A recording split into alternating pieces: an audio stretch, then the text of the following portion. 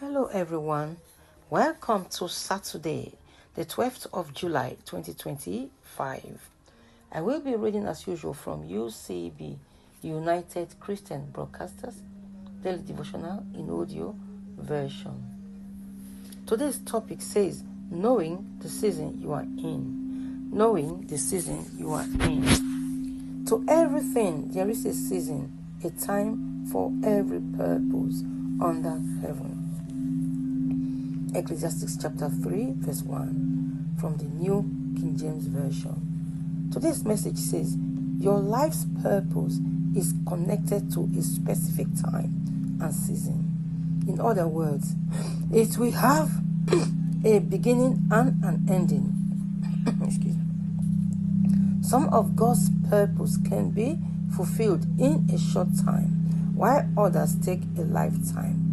You won't always be able to do what you are doing today, or at least to the extent you are doing it now.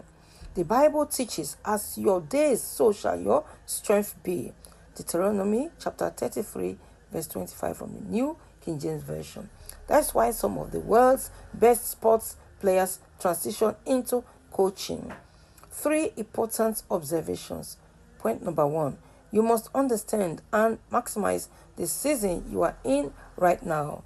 Point number 2. When one season ends, you must transition graciously into the next. Point number 3. You must learn to enjoy whatever season you are in. Here is an interesting phenomenon. Elijah passed his mantle of power to Elisha, but nowhere do we read that Elisha passed it on to anyone else. But when Paul passed his mantle on to Timothy, it didn't end there. Paul told him, the things that you have heard from me among many witnesses, commit this to faithful men who will be able to teach others also. 2 Timothy 2:2, New King James, from the New King James Version.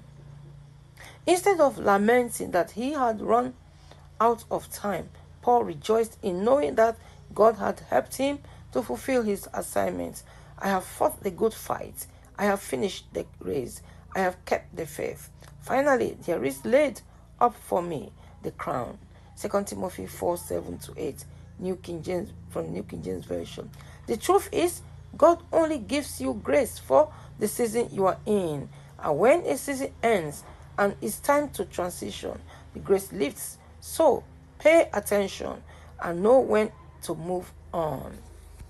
With that said, as Christians, we ought to read our Bible on a daily basis for our own good, because it's the manufacturer's manual for us to live successful Christian lives here on earth. Our manufacturer is God Almighty. I hope you know that. So today's readings will be from the books of Psalm chapter 42, Proverbs chapter 12, Ecclesiastes chapter 11, Joshua chapter 6, Ezekiel chapter 19, then Hebrews chapter 1. With that said again, I'm your friend, Lady S.L. Domain. Have a very blissful Saturday. God bless you. Shalom. Bye for now.